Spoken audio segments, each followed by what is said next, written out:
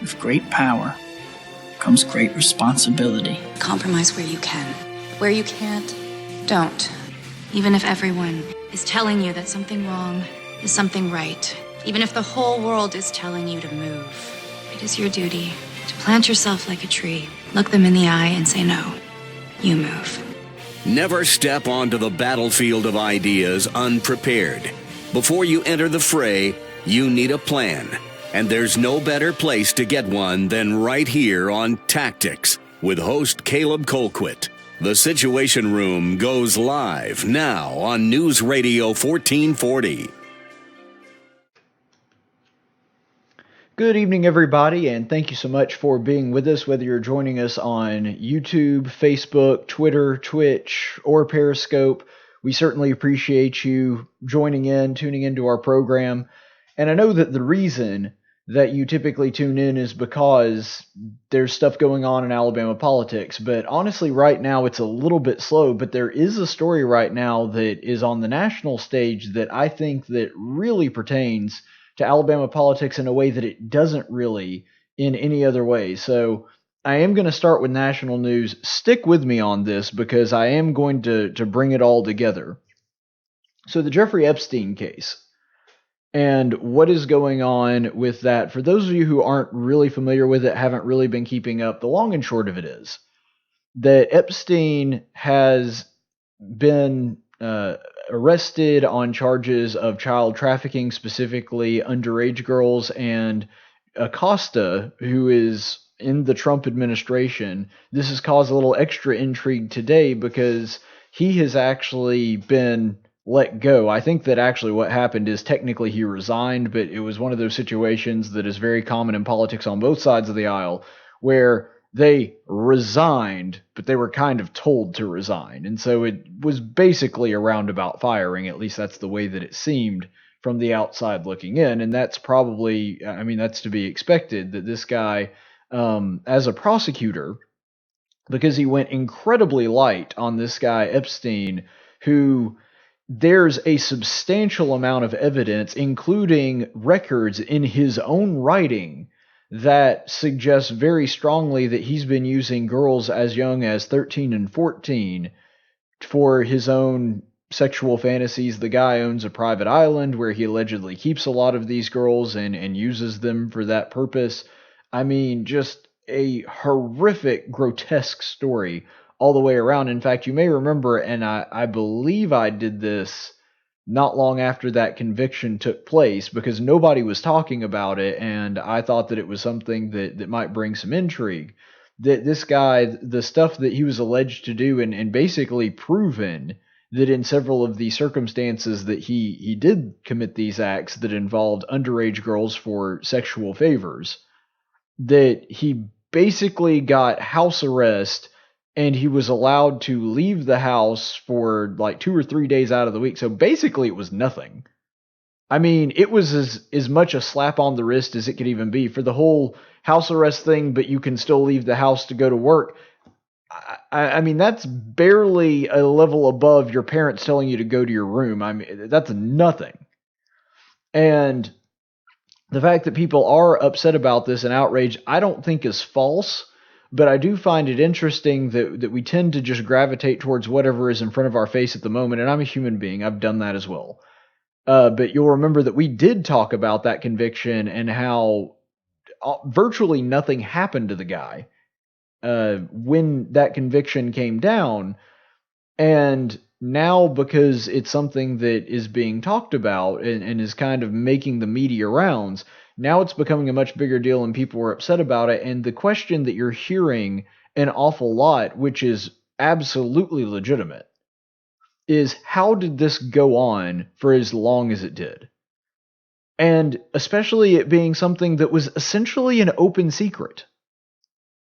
It was a lot like the Harvey Weinstein case in a lot of ways. The only difference is, as much of a pig as Harvey Weinstein is, and as much of a absolutely despicable, bottom-of-the-barrel human being that Weinstein is, there's a big difference there because these were women that were of the age of consent. There's, I think, at least 1 or 2 accusers that accused him of rape, but essentially what was going on is he was not technically raping anyone. Sexual harassment, sure.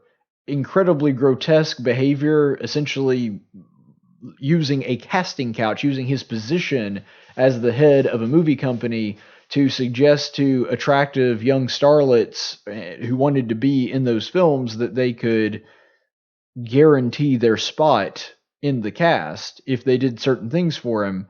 I mean, absolutely horrific and disgusting. But the big difference here, and I want to emphasize this as I think that it needs to be emphasized, is that as horrible as that is, at least in that case, we were dealing with people that said, okay. We were dealing with women, not girls, women, maybe very young, but not underage, who were adults and could make their own decisions. It's very clear based on the stuff that we heard from Weinstein and when all of that came out into light, that there were some women making very bad decisions, but they were still their decisions to make. Here we're dealing with children, sex slaves. It's a whole different ballgame. Are there going to be some similarities? Sure. Am I going to draw some parallels myself? Yes, because I think that it's useful here. But never forget that when we're drawing some parallels between these two stories, which I think is apt, that there is a whole other layer in this story that did not exist in the Weinstein case. And that's one thing that I think really is a game changer for the way that we look at this story, and should be.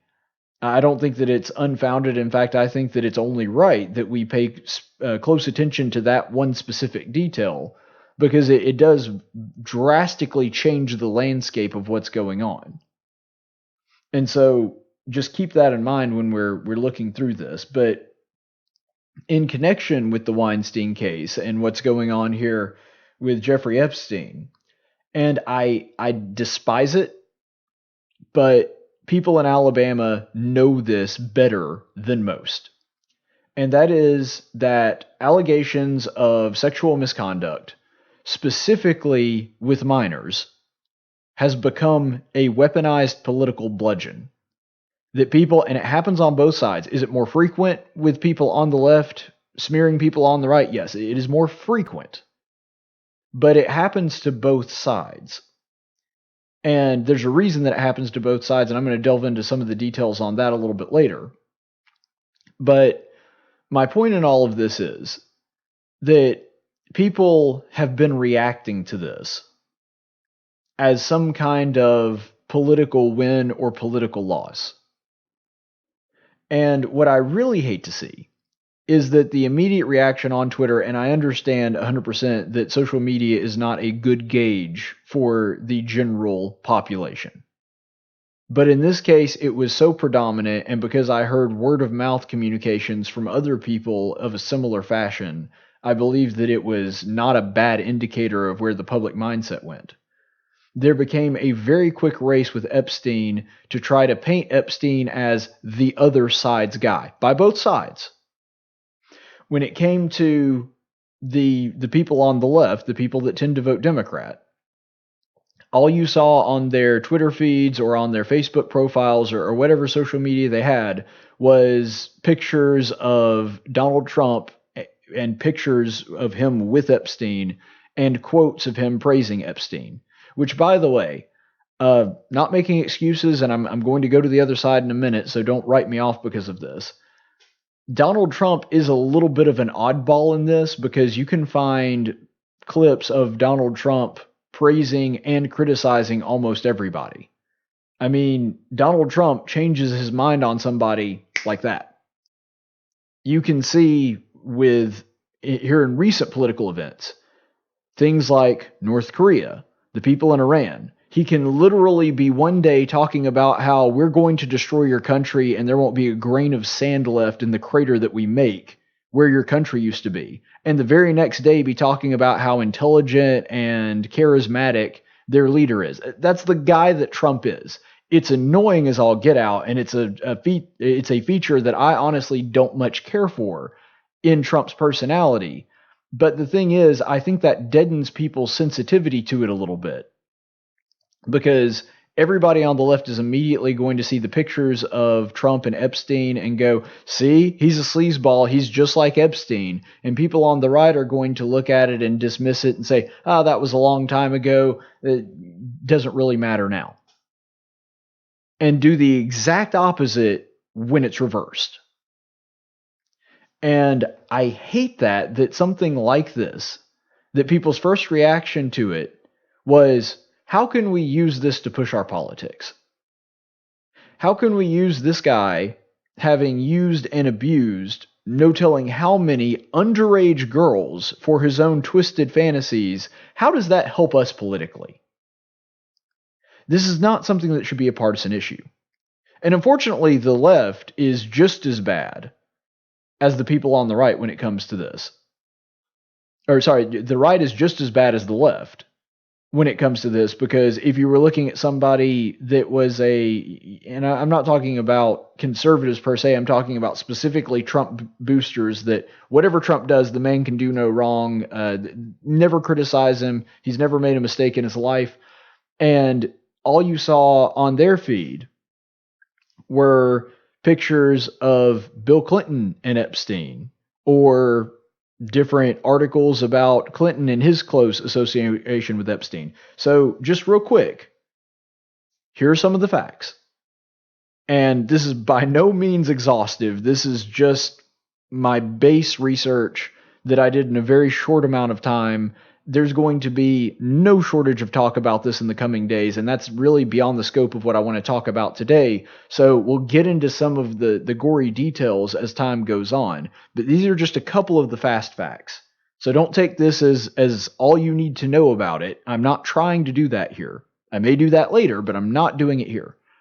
First of all, Clinton made at least 3 trips to Epstein's Island. We do know that for a fact.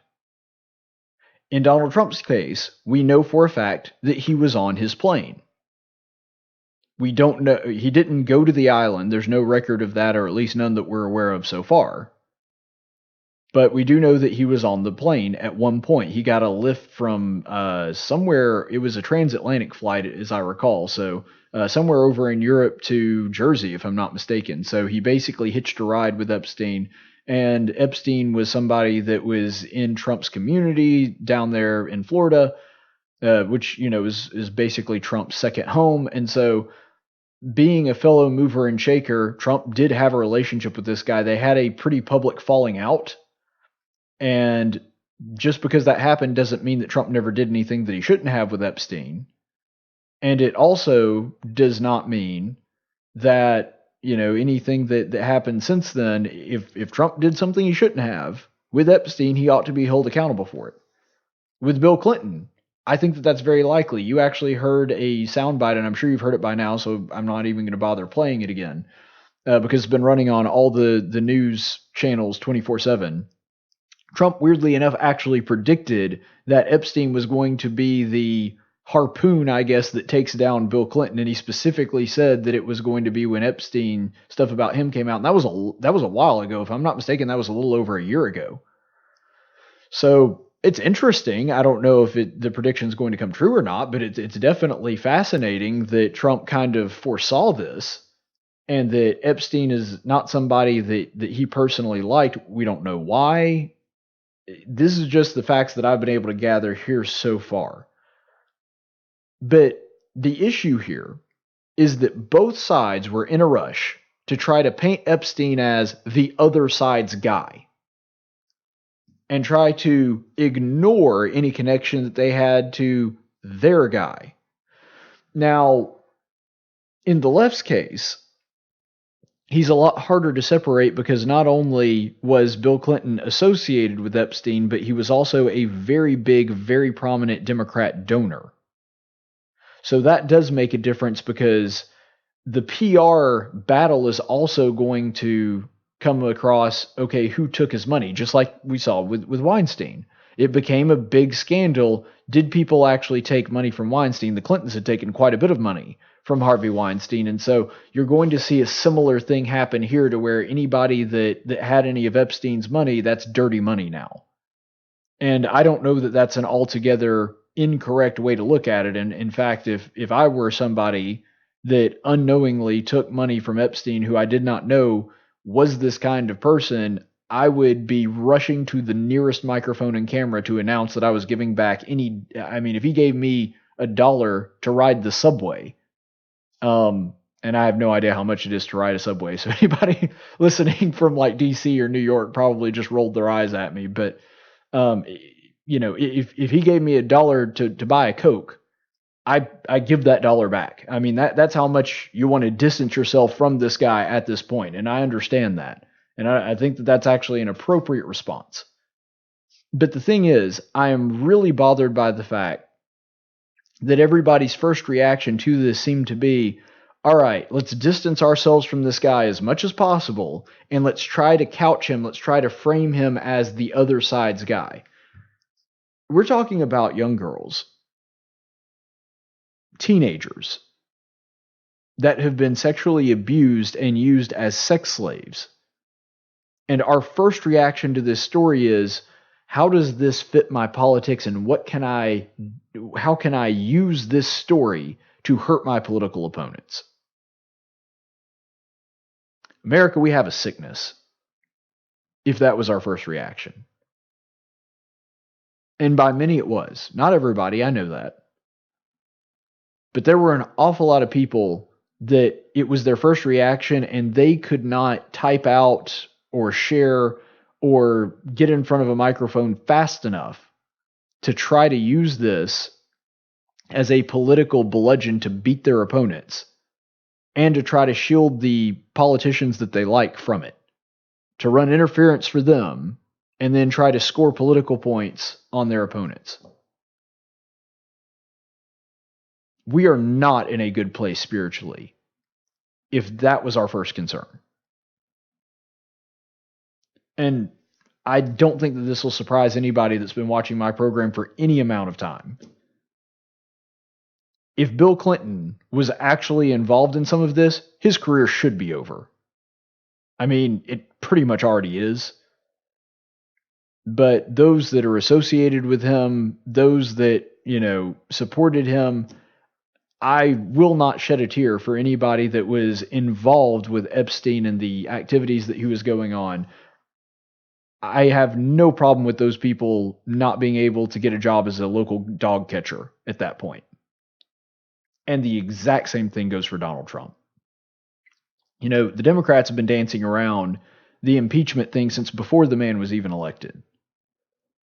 But if we find out that Donald Trump knowingly engaged in some of these activities with Epstein that was actually, because one of the quotes that the left is pushing out there that's going around right now is Trump sort of jokingly said that he likes he likes beautiful women as much as I do, and he likes them kind of young. Look, this is something that's been an open secret for a while. People have been talking about it. It's, again, unlike the Weinstein case that people knew about it. It was an open secret. And if Trump in any way engaged in any of this stuff, he does not need to be our president. And I don't find that a radical view. You're talking about teenage prostitutes. Yeah, I don't think that anybody can be associated with that and hold any kind of significant public office after that if they knew about it, sat on it. I mean, it would be one thing if the person confessed, served their time, paid their debt to society, and then came out and tried to run for office after that, or something of that effect. Trump hasn't done that. And if something like this comes out, this may be the one thing that could sink Donald Trump. Because I've said for a long, long time, when it comes to Donald Trump, just about everything is baked into the cake. The reason that, and I was appalled by people that I considered Christian men, spiritual leaders, that just outright dismissed some of his comments about grabbing women by the crotch because, well, Hillary Clinton. And we've got to beat Hillary Clinton, so let's just ignore that. But the reason that people did that, the reason that people were willing to look the other way politically, now I'm moving outside the realm of morals. I'm just talking about a person's political career and their political the appetite by the public for them to continue in their political career. When it came to Donald Trump, that stuff was kind of baked in. You knew who Donald Trump was. This was a very public figure. He had a reality TV show. He's sleazy with women. He's always been sleazy with women. He bragged about his affairs on TV, to tabloids, to other news sources. Everybody already knew that about Trump. They already knew that that was the kind of guy that he was. And because of that, it didn't really have much of an effect on people's ideas about him, because they had already made up their mind about Trump and whether or not they were willing to overlook this side of Trump in order to get what they wanted out of him politically. I think this is different. And I don't think that I've said that about any of the allegations that have popped up. I didn't say that about the comments that I just mentioned. I didn't say that about any of the allegations with Stormy Daniels or anything. This may actually be a game changer. And like I said, the reason for that, the rationale behind that, is because you're dealing with underage girls. That changes the narrative. That changes the focus. For example, the woman that was claiming that Donald Trump raped her, like a week ago now? First of all, her story is absurd. And nobody that watched that interview with Anderson Cooper afterward thought, oh yeah, that was really credible. There might be something to this. No, anybody with a brain in their body that wasn't just out to get Trump and would believe any accuser, no matter what they said about what Donald Trump did, anybody that is not that person looked at that interview and said, oh, she's got nothing. If there is evidence, if there's something that actually ties him to Epstein, I think that changes some people's minds.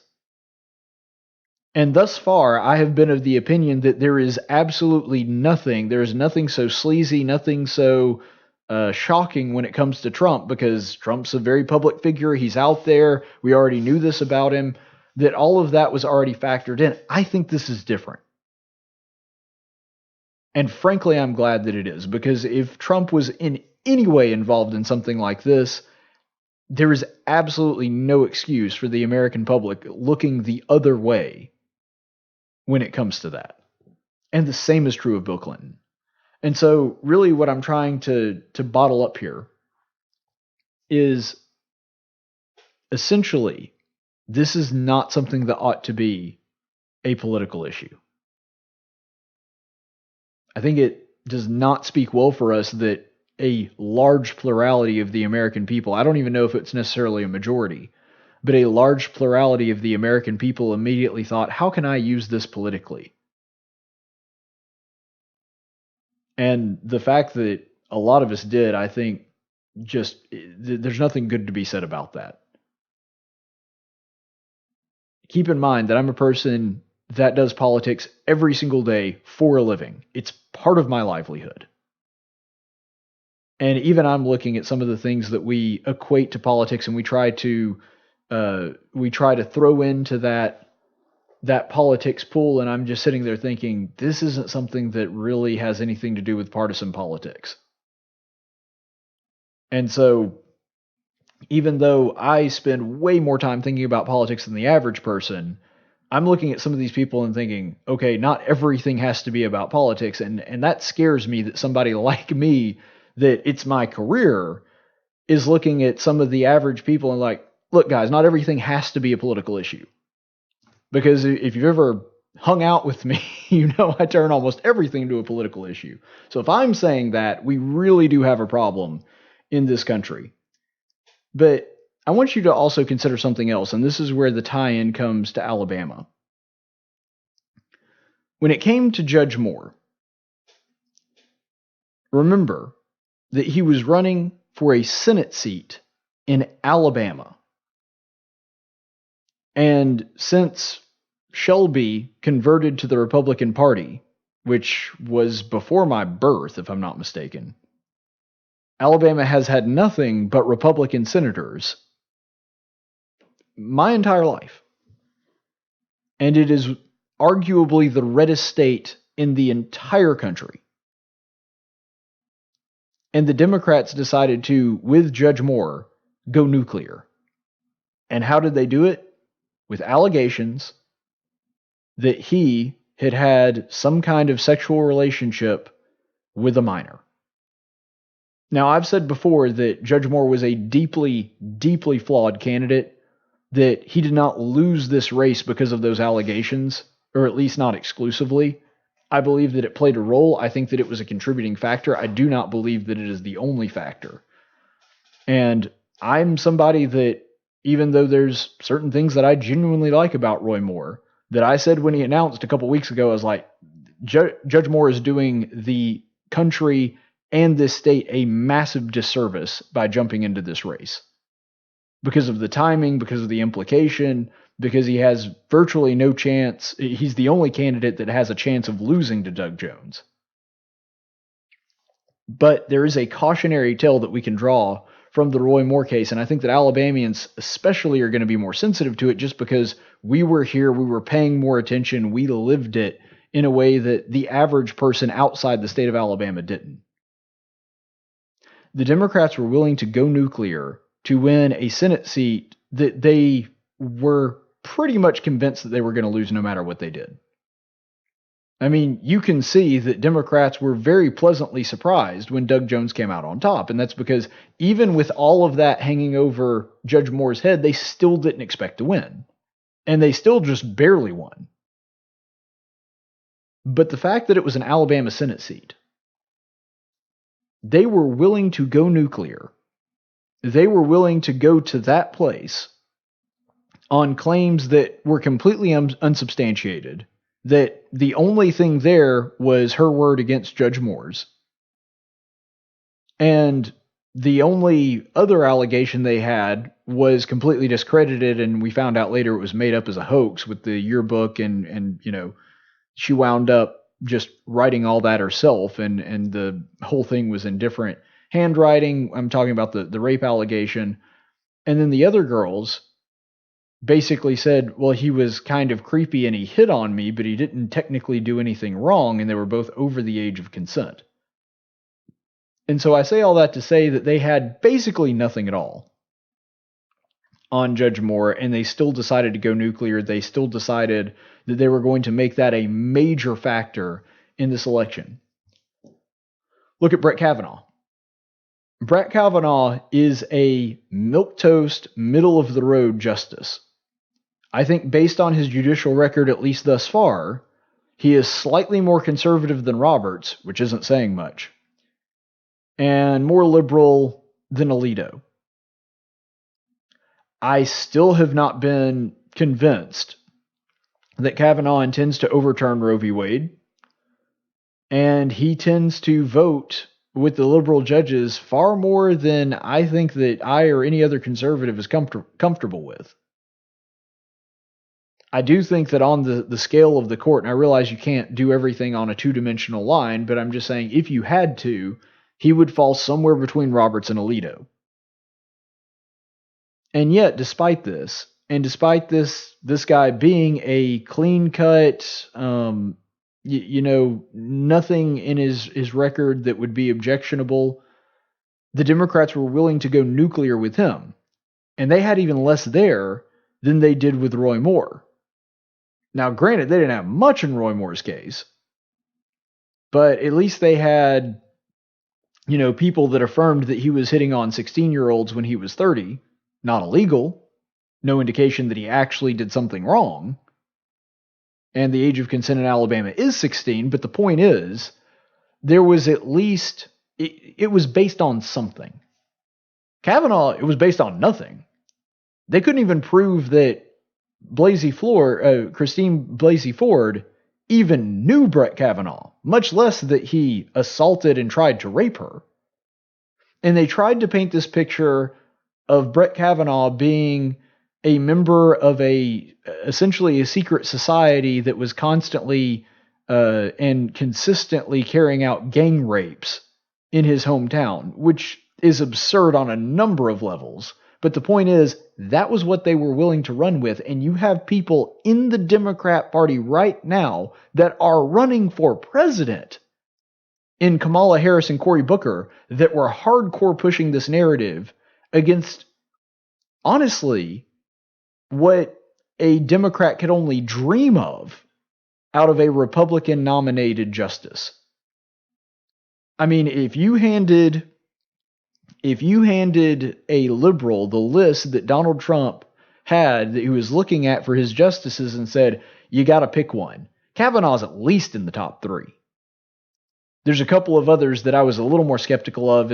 For example, I think it was Hartman that I said would have been worse than Kavanaugh. But the point is, this was a judge that honestly, when news came out, they all acted like this was the worst person that had ever existed. And then when the cameras were off and the lights were down, the Democrats all breathed a giant sigh of relief that they weren't going to get another Neil Gorsuch.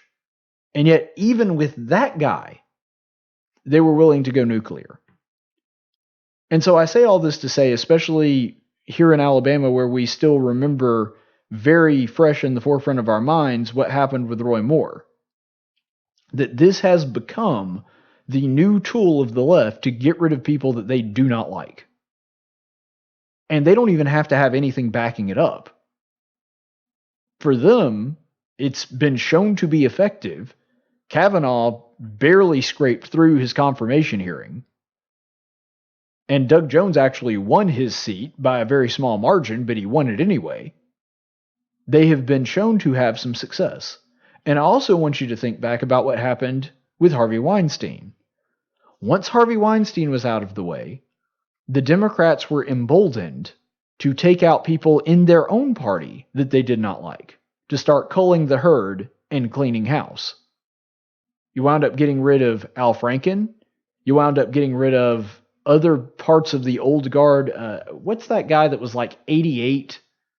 And he was a long-standing member of the House in the Democrat Party, and he wound up getting thrown out for sexual assault allegations, which, based on some of the stuff I heard about, and if he actually did that, he absolutely deserved. But my point in all of that is, if the left is willing to do that to people on the right that actually wouldn't be the worst thing in the world, in one case, in a Senate seat that they were pretty sure that they were going to lose anyway, and in Kavanaugh's case, frankly, a very middle-of-the-road judge, maybe slightly to the right, but not by much. If they're willing to do that there, imagine what they're going to do with this story. If there is anything, actually there doesn't even have to be anything based on what happened with Kavanaugh and Moore. They are going to use this, I think, the new Democrat Guard is, to try to get rid of the Clintons. And politically speaking, it's not a terrible strategy. I mean, the Clintons have been a thorn in the side of Democrats for a while now. Mostly Hillary, Bill not so much, because he's just a past president.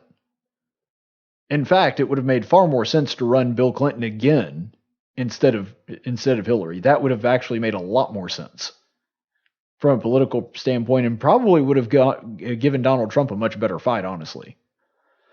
But nonetheless, in that new guard of the Democrat Party, they despise the old guard. I mean, you see the rift between Nancy Pelosi and Alexandria Ocasio-Cortez. You see the way that the bigwigs in the Democrat Party coddle and protect the new guard of the Democrat Party, the way that they treat Rashida Tlaib, the way that they treat Ilhan Omar. The reason that they're doing that is because they are terrified of the new guard and something like this happening to them. Now, I don't think that we're going to find out in the headlines that Nancy Pelosi was secretly being whisked away to a child sex island anytime soon. I don't think that really fits her MO. But nonetheless, if you don't believe that the Democrat Party, the socialist, that super far left wing versus the progressives, the old guard, if you don't believe that they're going to come out after them full force with everything they've got, if there turns out to be even a hint of a connection, even an allegation that a connection might exist between Epstein and Clinton, you're fooling yourself. I don't know if it's going to be successful, but you can bet your boots that there will be an effort over the next couple of weeks by that fringe part of the Democrat Party, the AOCs, the Bernie Sanders supporters, that branch of the Democrat Party is going to push very, very hard to get rid of the Clintons for good, to completely bury that legacy and to move on. Because they didn't want Hillary the last time. They certainly don't want the Clintons to have any influence in this upcoming election. Not even just running. I'm talking about they don't even want them around. They are ready to get rid of the Clintons lock, stock, and barrel. And if there is any way they can tie this guy to Joe Biden, and I'm talking about even just having somebody given Joe Biden a donation from Epstein, they will try to do that too. Maybe it'll work, maybe it won't, but they're going to try to do it. And when it comes to Joe Biden, that guy is hanging by a thread already. He did not have a great performance in the debate. His poll numbers have been sinking. If you're looking at the early numbers for the Iowa caucus, and I understand between now and the Iowa caucus, that's an eternity in political terms.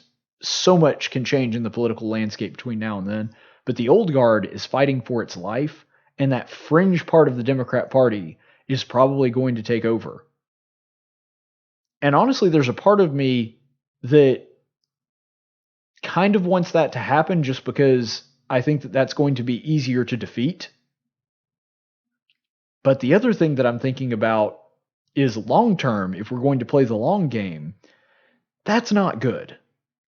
Because there will be certain people in the middle of the road, probably that don't pay an awful lot of attention to politics, that will go, look, I don't want to be a socialist, but Donald Trump's really mean, and I'm going to vote for the socialist anyway. And I think that that's not going to be a massive factor in the 2020 election, but let a few years go by, more and more people will become comfortable with voting for people on that side, and they're going to continue to grow. And you may see something very similar to the movement that brought Trump up. Somebody that was kind of an outsider, that was not a part of the establishment wing. At the end of the day, the Democrat Party kind of flirted with Howard Dean and then wound up going with John Kerry. And then, of course, they had Barack Obama for 2 terms. And then they kind of flirted with Bernie, but eventually went, this guy's so terrible, we've got to get him out of here. There's no way that we can let Trump win. And so they wound up going with the safe option in Hillary Clinton. But that attitude is going away in the Democrat Party. And it is not that far-fetched. It is not far outside the realm of belief to believe that we could have a full-on socialist as the candidate in 2020, and maybe even a socialist president in 2024. And I'm talking about somebody that's full-on socialist that doesn't mind calling himself a socialist, like Bernie or AOC. Do not dismiss that as a possibility. And that's the reason that we've got to be vigilant against it. Speaking of that, and this is another really important story that I want to get to, it turns out that Americans really don't like the PC culture nearly as much as the media would have you believe. And that story's coming up right after this break.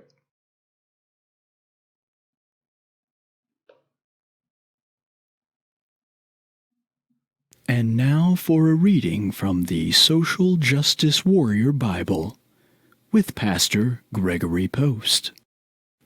Welcome in. I'm Gregory Post, head pastor at the Eternal Living Word Trans-Denominational Community Church and Coffee House in Novato, California. Now it's time for a reading from the SJW Bible. Today's reading will come from Leviticus chapter 10, verses 1 through 10. Now Nadab and Abihu, the sons of Aaron, took their respective fire pans, and after putting the fire in them, placed incense on it and offered strange fire before the Lord, which he had not commanded them. And the fire came out of the presence of the Lord, which created a wicked cool light show for them to see, and totally got everyone feeling the Spirit's presence. Then Moses said to Aaron, "It is what the Lord spoke, saying, even though I didn't command you to use this strange fire, I totally understand your need to express yourselves in worship and keep yourselves entertained. So Aaron therefore danced and yelled with joy, knowing that his sons were having a good time at worship. Moses called out to Mishael and Ezaphan, and the son of Aaron's uncle Uzziel, and said to them, "Come forward, carry your relatives away in front of the sanctuary outside of the camp, for they have fainted from being overwhelmed by the power of God's coolness." So they came forward and carried them still in their tunics outside the camp, as Moses had said. Then Moses said to Aaron and his sons Eleazar and Ithamar, "Do not uncover your heads, nor tear your clothes, because God wants us to always be happy, and as long as we're happy, He's happy.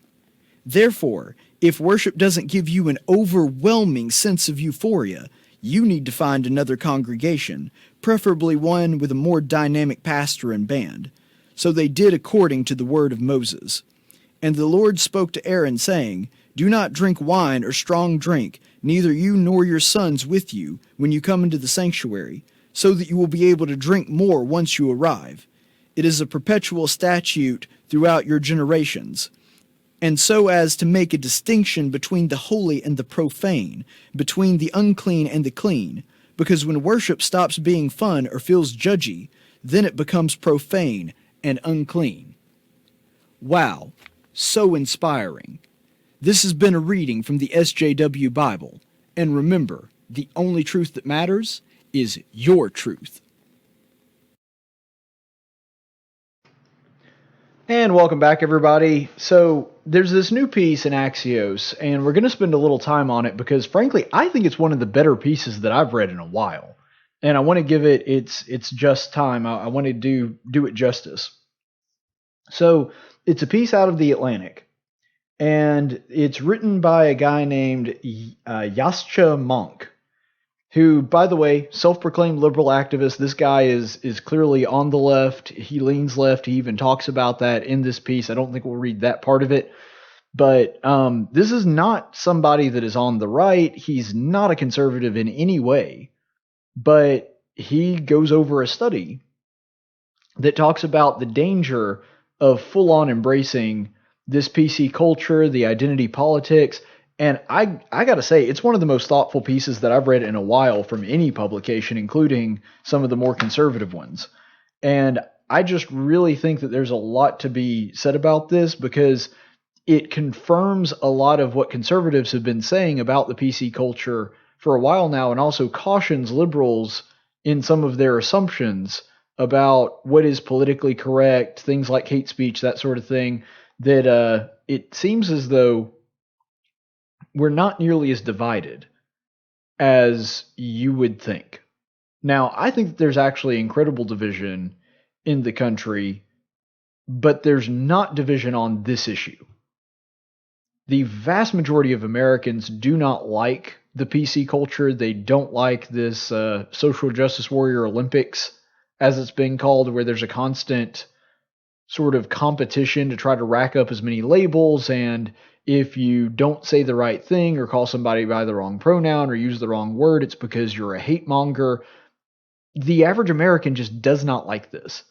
And it actually confirms some of the things that I and other conservatives have been saying for years about the PC culture and some of the pitfalls of it. So we'll go ahead and jump right into this. If you look at what Americans have to say on issues such as immigration, the extent of white privilege, and the prevalence of sexual harassment, the authors argue 7 distinct clusters emerge: progressive activists, traditional liberals, passive liberals, the politically disengaged, moderates, traditional conservatives, and devoted conservatives. Now, out of that, I'm guessing I probably fall into the devoted conservatives category, I would suppose. According to the report, 25% of Americans are traditional or devoted conservatives, and their views are far outside the American mainstream. Some 8% of Americans are progressive activists. So that's really interesting that 25% fall into one of the two conservative categories, but only 8% fall into the progressive activist. And their views are even less typical. By contrast, the 2/3 of Americans who don't belong to either extreme constitute an exhausted majority. Their members share a sense of fatigue with our polarized national conversation, a willingness to be flexible in their political viewpoints, and a lack of a voice in the national conversation. That's important too, and we may come back to this in a second.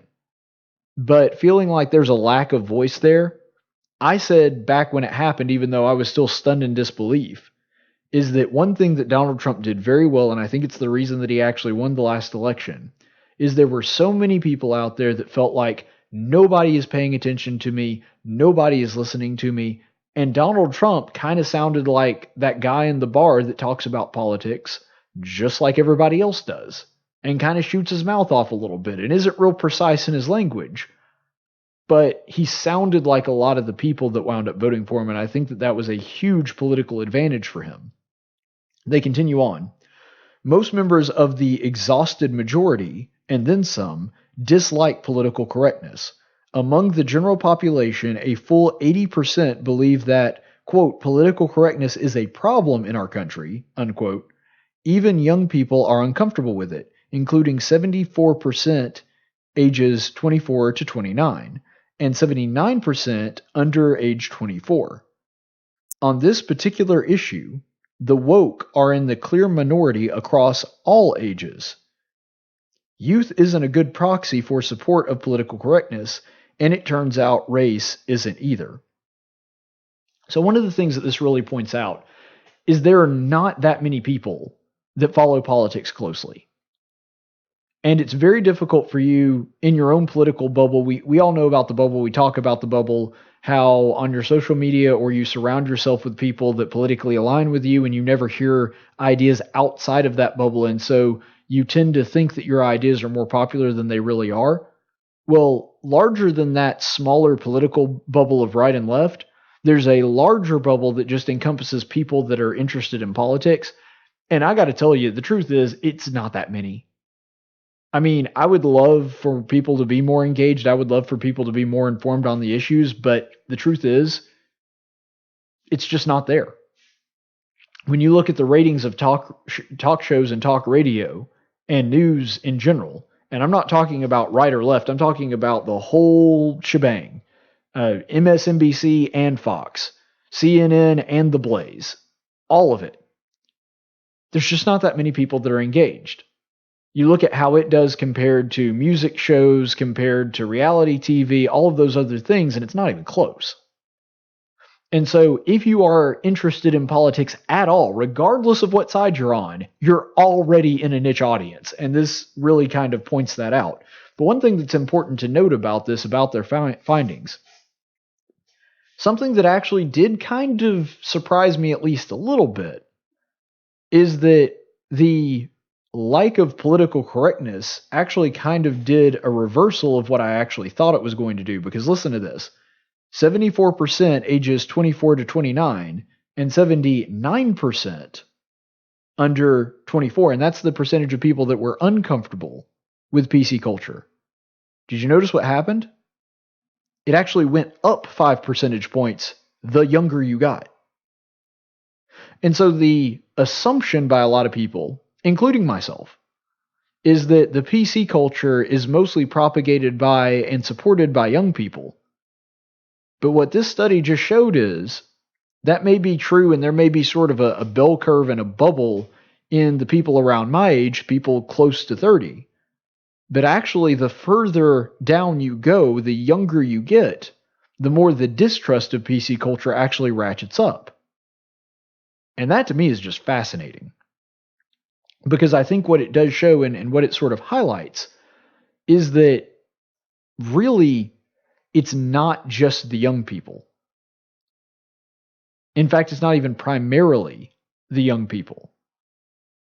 And so it really does sort of break down some of those misconceptions that we may have had. And it's just a small sliver of the population as a whole that even pays attention to politics, and an incredibly, incredibly small sliver of that small sliver that actually supports political correctness. And so we're going to talk about exactly what that means and why it's so prevalent if it's such a small amount of people that support it.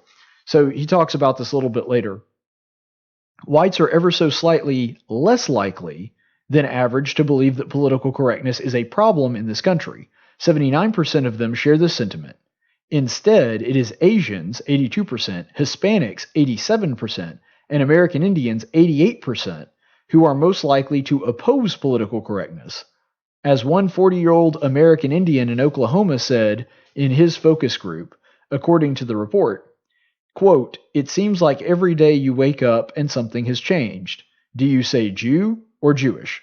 Is it a black guy, African American? You are so on your toes because you never know what to say. So political correctness in that sense is scary." Which, that is 100% understandable stance for this guy to take. And based on what we're seeing in this report so far, this doesn't sound like somebody that's incredibly politically engaged, probably doesn't watch the news all that often, but he's looking at the people around him and saying, I feel like I have to walk on eggshells around everybody now. And that's the part of PC culture that people really don't like. He continues on. The one part of the standard narrative that the data primarily affirm is that African Americans are most likely to support political correctness. But the difference between them and the other groups is much smaller than generally supposed. 3/4 of African Americans oppose political correctness. This means that they are only 4 percentage points less likely than whites, and only 5 percentage points less likely than average, to believe that political correctness is a problem. See, now I find this incredibly fascinating because even though there is a high level of dislike of PC culture across the board, the average is 80, what it also shows is who are the two groups that are most likely to support it if you break it down by race? Black people and white people. Now, why is that? I want you to really put on your thinking cap and ponder this. Why would those two groups, out of all the groups, why would those two groups specifically be more likely to support the politically correct culture than anybody else? See, I contend that it's because they're far less likely to be immigrants. The reason that you have a high level, and granted, they're, like I said, they're high across the board, so there's not a ton of differentiation between these breakdowns racially. But the fact that the support of politically correct culture is highest amongst black people and whites is that they are far less likely to be immigrants. And the reason that that's important is because not every Asian or every Hispanic is an immigrant. Obviously, that's true. But they're at least more likely to have relatives that were immigrants. And so they're not far connected from somebody that lived in a place that was not America. And this being a free speech issue, I think that part of the reason for that is that they are more likely to know what it's actually like when a government starts deciding what you can and cannot say. Maybe I'm wrong on that. I don't have the numbers to back that up. It's speculation. I admit it's speculation, but it makes sense. That of all the groups that are most opposed to it, they're the ones that are less likely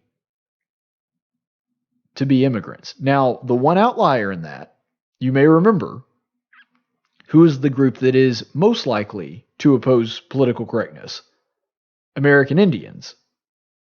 So how does that explain them? It does throw a monkey wrench into my theory. I fully admit that. Maybe because they're also skeptical of big government.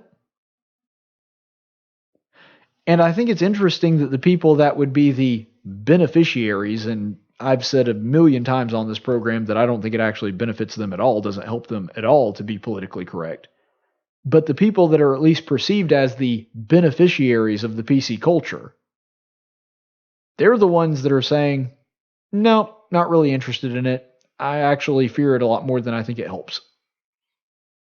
I find that really fascinating. The black community seems to be the only outlier in that. But I do think that there may be something to the reason that some of the other minority groups, Asians and Hispanics specifically, have decided that they're more scared of people controlling speech than they are of somebody saying a word that they find offensive. is because they probably lived in or have had relatives that live in a place where that is a reality, where the government actually does say, nope, you're not allowed to say these things. I think that may, if nothing else, just be a contributing factor. If age and race do not predict support for political correctness, what does? Income and education. While 83% of respondents who make less than $50,000 dislike political correctness, just 70% of those that make more than $100,000 are skeptical about it. And while 87% who have not attended college think that political correctness has grown to be a problem, only 66% of those with postgraduate degrees share that sentiment. Now, this is something that has reaffirmed, this part didn't surprise me at all. This is something that just reaffirms something that I've been saying from the very beginning. They always try to paint the person that is afraid of political correctness as someone that is privileged.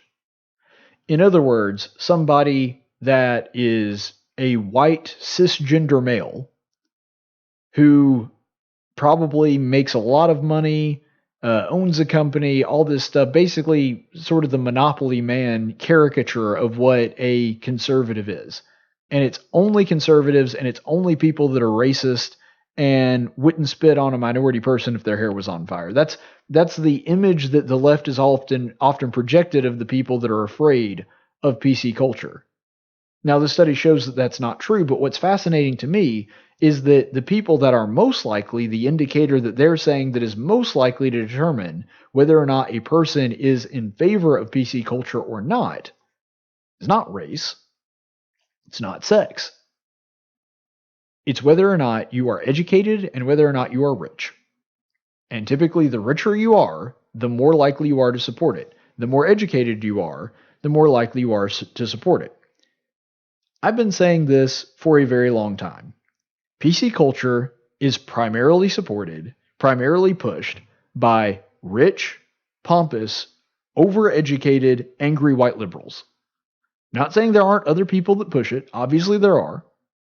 But primarily, if you're overall numbers, liberals. Now, nothing wrong in the world with being rich, nothing wrong in the world with being white, but it smashes that narrative into pieces.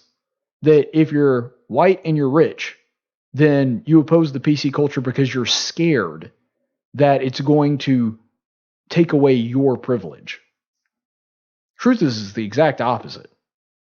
Most of the people pushing it would not even be the beneficiaries of the system being overturned. And another thing, too, is it 100% explains why this perception is out there. Because think about it. Where is there a group of primarily white people that are very rich and way overeducated? As my dad would say, they were educated beyond their common sense. Where would such a group of people be? Well, they would be primarily on the coasts, in California and New England. And a lot of those people would be journalists and media types. So you see, here's what's going on. That particular subset of the culture, they believe that they have the ear of the people, the voice of the people, that this is what the people want, when the numbers say it's the exact opposite. In fact, it's huge in the opposite direction of people that don't like PC culture. But because they live in their little bubble, they live in their ivory tower with a bunch of other angry, white, overeducated liberals, they believe that they are doing the right thing and they have people spurring them on. They never leave their little safe space. And because of that, and because they never hear ideas from the other side, they believe that they are doing the right thing, that they are somehow helping a minority person living out in Kansas somewhere, or in Alabama, by pushing their PC culture garbage. Even though the very people that they believe that they are championing, that they are helping out, they don't want what they're selling. And so I do think that it's remarkable that, as I've been saying for years, the primary proponent of the PC culture, the vast majority of social justice warriors, are people that have all kinds of advanced degrees, that are very wealthy, usually white. In other words, the people that they would claim are privileged, it's those very people that are actually the ones pushing the PC culture, not the minorities, because I think the vast majority of minority people have enough common sense. And I've spoken to them. I live here in the city of Montgomery, where I'm actually the minority. The average person walking around on the street looks at it and says, I want no part of it. And are wise to do so. Because even if they're not very politically engaged, they're looking at that and saying, we don't need to be prosecuting people or bringing the hammer down on somebody because he accidentally used the wrong word to describe a gay person. We don't need to be prosecuting people because they say in public, I really don't want a 30-year-old dude using the bathroom right next to my 9-year-old girl. They have enough common sense to see that. It's the people in the media and the people in Hollywood that don't. So he continues on. Political tribe, as defined by the authors, is an even better predictor of views on political correctness. Okay, that should surprise no one. Among devoted conservatives, 97% of believe political correctness is a problem. Among traditional liberals, 61% do. Progressive activists are the only group that strongly backs political correctness. Only 30% see that as a problem. Again, it's a tiny sliver of society that believes this. So what does that group look like? Compared to the rest of the nationally representative polling sample, progressive activists are much more likely to be rich, highly educated, and white. Confirms what I just said. They are nearly twice as likely as the average to make more than $100,000 a year. They are nearly 3 times as likely to have a postgraduate degree, and while 12% of the overall sample in the study is African American, only 3% of progressive activists are. With the exception of the small tribe of devoted conservatives, progressive activists are the most racially homogenous group in the country. So in other words, and I do find that pretty interesting as well, what you're seeing is that out of these groups, the dedicated conservatives and the progressive liberals are the two groups that are the most homogenous. In other words, the ones that are the most white. I do find that pretty interesting. That of the other races, you're much more likely to find a bunch of moderates. I don't know. I just found that fascinating. Anyway, he goes on. There is, however, plenty of additional support for the idea that social views of most Americans are not nearly as neatly divided by age or race as commonly believed. According to the Pew Research Center, for example, only 26% of Black Americans consider themselves liberal, and the more common study, nearly half of Latinos argued that many people nowadays are too sensitive to how Muslims are treated, while 2 in 5 African Americans agreed, quote, immigration nowadays is bad for America. Look, I really think that all that goes down to is that the truth of the matter is, when you boil it all down to its bare bones, when you get it down to just the basics of the PC culture, even the people that would be the beneficiaries of it, they don't want to play the PC hierarchy thing that everybody is trying to do. That you have to treat Black people this way, Hispanic people this way, Native Americans this way, and then if they're Black and they're a lesbian, then there's a whole other set of rules. And if they're Black and lesbian and a tranny and also have rickets, like there's a whole other thing there. And if they're disabled, then you've got a whole... Nobody likes this playing the label game where you're trying to stack up as many as possible, and that gives you more right to be offended by something that somebody says. Nobody looks at that and says, oh yeah, that's the world I want to live in. Unless you happen to be one of the dedicated progressive activists, like they said, that happen to be mostly really rich and mostly really white. Those seem to be the only people that look at that world and go, Yep, want a part of that. And so it's an important distinction. So I'll just kind of wrap this up here because I think that this is the really, it brings the whole piece together. So the fact that we are so widely off the mark in our perception of how most people feel about political correctness should probably also make us rethink some of our other basic assumptions about the country. It is obvious that certain elements on the right mock instances which political correctness goes awry in order to win the license to spew out racial hatred. There's a small element of that. It's a minority, but yeah, it's there. And it is understandable that, in the eyes of some progressives, this makes anybody that dares criticize political correctness a witting tool or a useful idiot for the right. But that's not fair to the Americans who feel deeply alienated by the woke culture. Indeed, while 80% of Americans believe that political correctness has become a problem in the country, even more, 82% believe that hate speech is also a problem. It turns out that white progressive activists tend to think that only hate speech is a problem, and devoted conservatives tend to think that only political correctness is a problem. A clear majority of all Americans holds a more nuanced point of view. They abhor racism, but they don't think that the way we now practice political correctness represents a promising way to overcome racial injustice. Finally, somebody on the left gets it. Full credit to the guy who wrote this. Somebody on the left finally figured it out. And maybe there are others that just don't have a very loud voice or don't have a platform, and so I haven't seen them. So there are people on the left that have really narrowed in on this. But finally, somebody from a major publication on the left looked at the data and said, you know what? All of our preconceived notions about political correctness seem to be pretty much way off the mark. Somebody finally got it.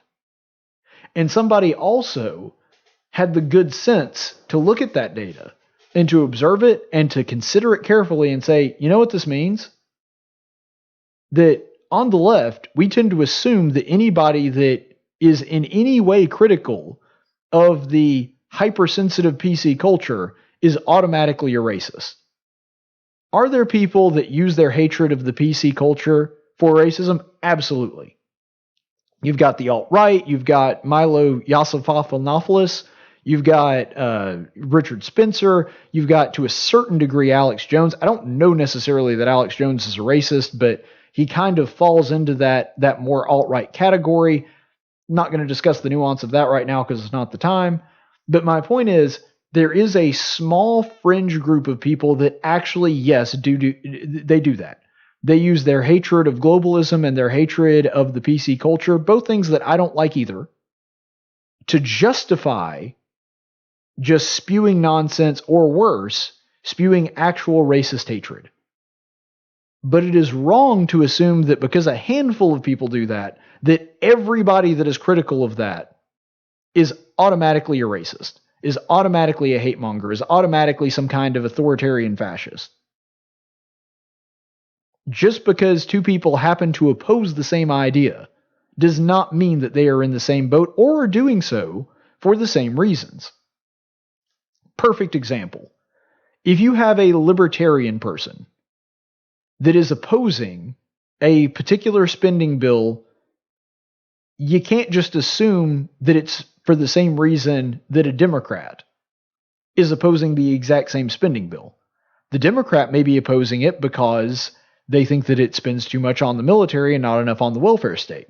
The libertarian is doing so maybe because he thinks, okay, well, it should include at least a few military cuts, maybe not cut the whole thing, but at least cut part of it, and we should be spending zero money on the welfare state.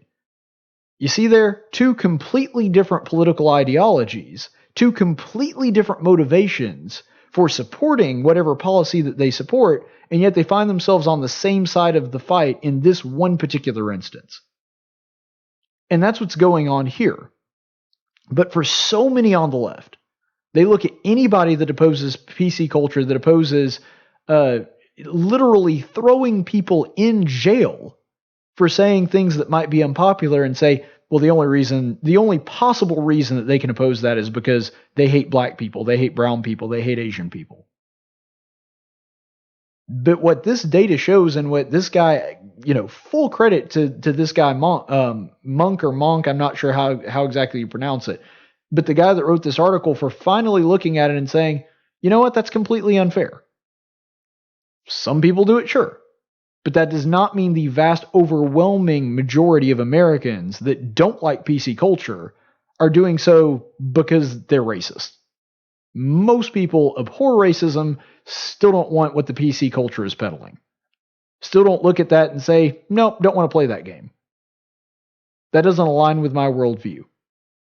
Like he said in this article, there's an awful lot of Hispanic people that are saying, yeah, it's a big problem with the way that everybody has to walk on eggshells around Muslims. And frankly, we're a little scared of their ideology.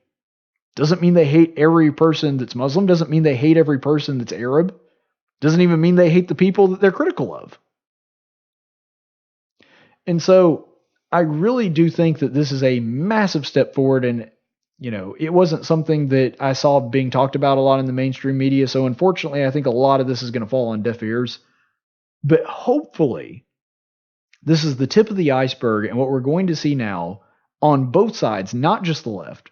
Hopefully, because this guy is from the left, that it'll have an effect on them specifically. But I hope that what this does is it opens the eyes of a lot of people on both sides and says, we're really not nearly as different as we think. And maybe it's time that we start seriously reevaluating some of the things that we've done. Because I got to tell you right now, what's going on in the Democrat primary, if you watch that debate, it is nothing but political pandering, primarily to the social justice warriors. And since social justice warriors tend to be very active, very politically involved, they're the people that are more likely to be your volunteers. They're the people that are more likely to talk about you online, to be a booster. Then that, of course, is a group that you want to curry. I understand that. But the Democrats better watch out, because if they are making their entire platform, okay, how can I pander to this specific group? Based on what we're seeing in this study, that is a losing strategy. Because people do not want the PC police.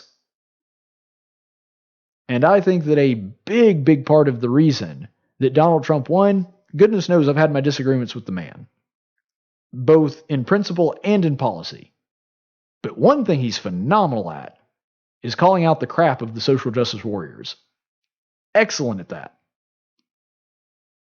And if the Democrat wants to make that their primary thing, things like reparations for blacks, and in Elizabeth Warren's case, even gays, they are going to lose, and they are going to lose in spectacular fashion if they make that the only issue that they want to talk about.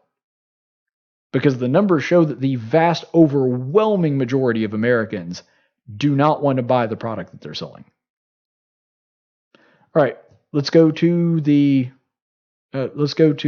chaplain's report.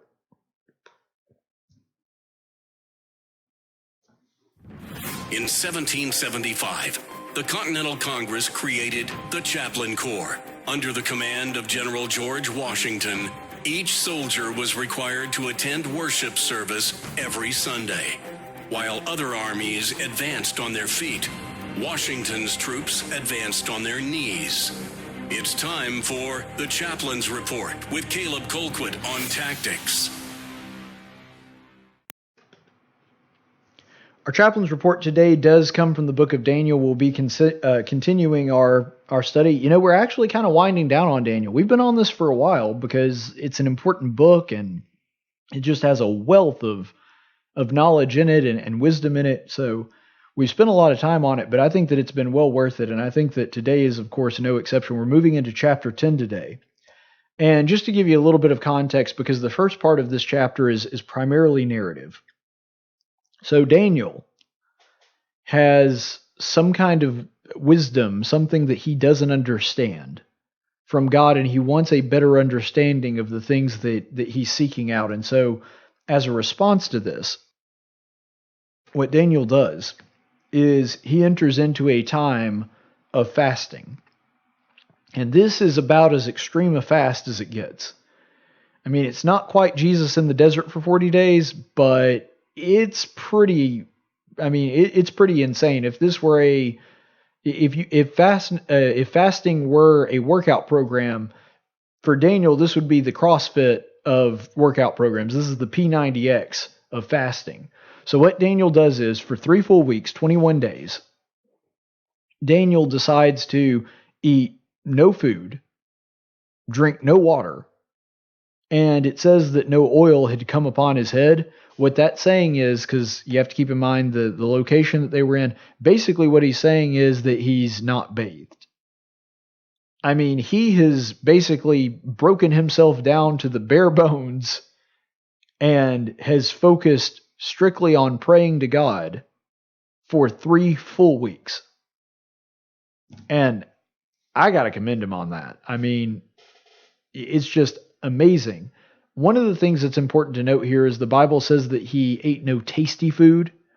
In other words, that kind of implies that he may have had a morsel here and there just to keep himself going, to keep his energy up, but he was not eating anything for pleasure.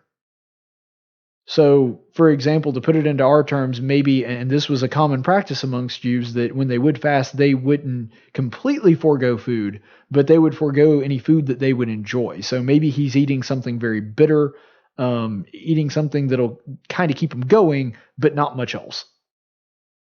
And so Daniel has taken this extreme measure to try to put himself in a spiritual mindset to improve his ability to understand and to implore God to grant him the understanding that he's seeking. And so that's really where we find ourselves. And at this point, at the 21st day, he sees a man wrapped in linen. It, I guess, could be Gabriel, if you'll remember from the last passage that it was specifically named that it was Gabriel that gave him the explanation of the prophecy then. But that seems somewhat unlikely, because if it were Gabriel a second time, why wouldn't he notice him? Like, wouldn't he recognize Gabriel since he's already seen Gabriel once? And so it's more than likely another angel, but we don't know that for sure. All it says is it's a man that is wrapped in linen cloth. And so let's go ahead and look at the passage that we're going to talk about, because this is what the man, whoever he is, the messenger that is wrapped in linen cloth, probably an angel, says to Daniel here. And this is in Daniel 10, verse 12. Then he said to me, "Do not be afraid, Daniel, for from the first day that you set your heart on understanding this and on humbling yourself before your God, your words were heard, and I have come in response to your words." A couple things that I want you to really notice about this. First of all, I love how he starts it out with, "Do not be afraid, Daniel." And I don't know, I guess it's even possible that this messenger is Christ. And if it is, there would certainly be a consistency there. Because you'll remember that when the storm is raging with the apostles the night that Peter walked on water, that Jesus came to them and the first thing that he said was, "Do not be afraid." It's just such a fatherly thing for God to, whether it's God himself or one of his messengers, that when he starts communicating with his children, the first thing he wants to do is calm the fear in their hearts, to reassure them. It's just a very fatherly instinct that he has, and I think it's one that he instilled in all of us, trying to make us understand what it's like to be him. And so I really love that he starts out with, "Do not be afraid," and then proceeds to give him the message that he is intent on giving to him. So there's a couple things I want to point out here, because we don't actually get into the message. We've only looked at the introduction, but I think even in the introduction, there's a lot of good information that we can sort of take out of this. First of all, you'll notice that he said that Daniel has been humbling himself. And I think that that's an important lesson for us to learn, because I do think that Christians ought to fast. I don't fast nearly as much as I think that I should. And I think that it was something that was such an integral part of the Christian faith for a long time. And I think that maybe our culture of overindulgence has kind of deadened that and removed it. Now, the Bible also talks about when you fast, make sure that you're trying to conceal it, that you're not trying to fast so that you will get praise from other people. So, for all I know, there's all kinds of Christians fasting all the time, and I'm just unaware of it because that's part of the command. But it seems to me more likely that a lot of Christians simply don't fast. And that really is a shame because it is something that is incredibly spiritually enriching. And it's something that's kind of a lost art form in Christianity, at least Christianity here in the U.S. But I think that it points out that the point of fasting is humility. You see, ironically, I think that Christians here in the United States of America, we may be the ones that need fasting the most, ironically enough.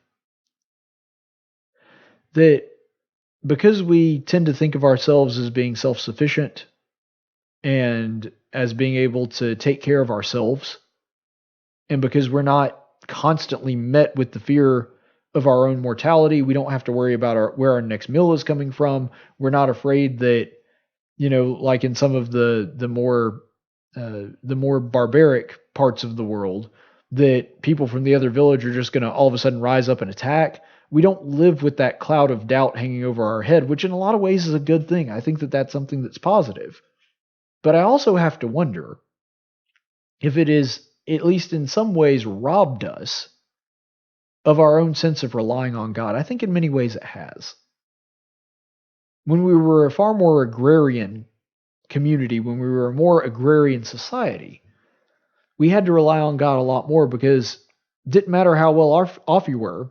1 year could ruin you if you didn't get enough rain. And so that dependency on God, that reliance on Him, to lean on Him for support, is something that is largely lost on a lot of people in our culture. I know sometimes it's lost on me too. And so one of the instructive parts of this passage is that God's messenger is letting Daniel know that right here, what is going on is that Daniel's words have been heard in part because he humiliated himself. Now, God's not a magic gumball machine. He doesn't grant request, okay, if you do this, this, and this, and you fill out this checklist, I'm going to give you what you want. That's not the point.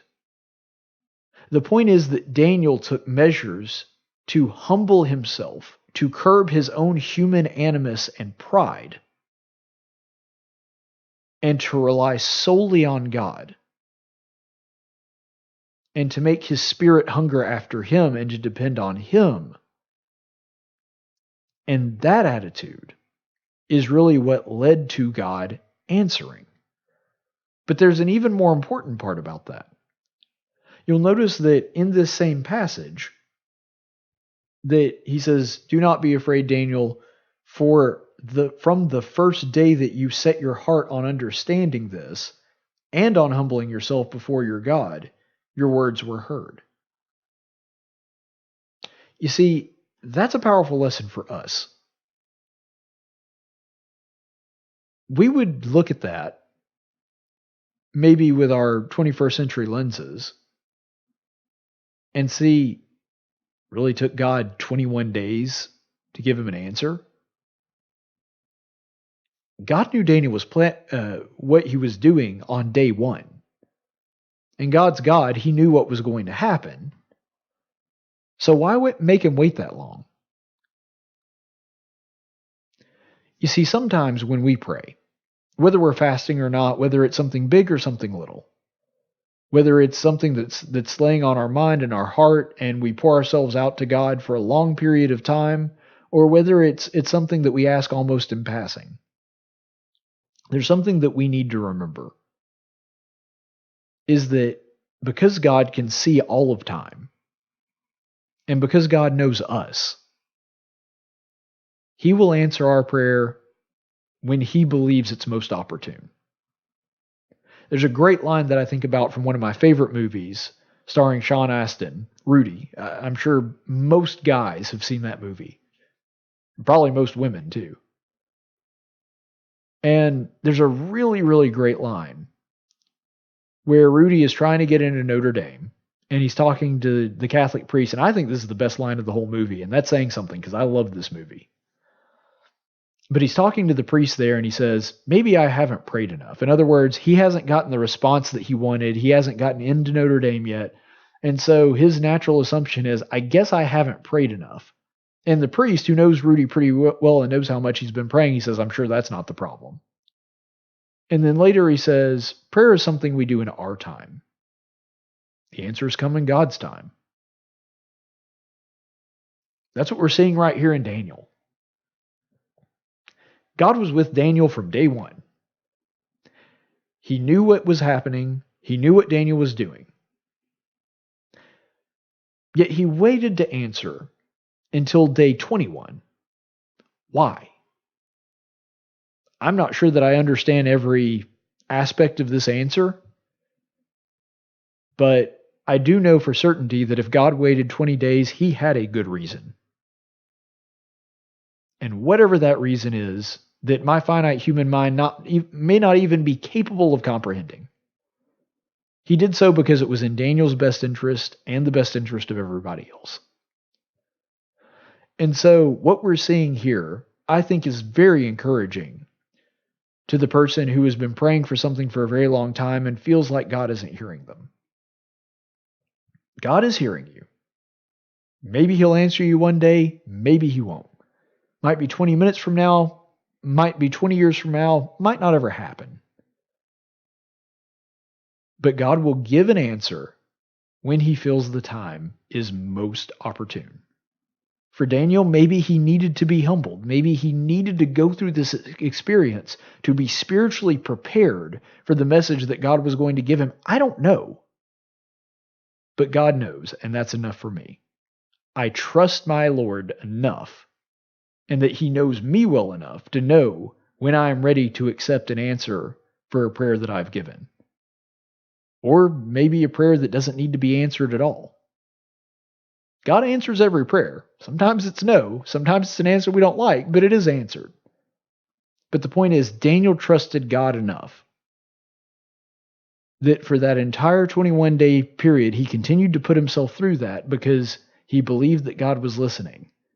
And that faith was rewarded in God's messenger saying, God was with you from day one, he heard you, but he still waited until this point to give you the answer.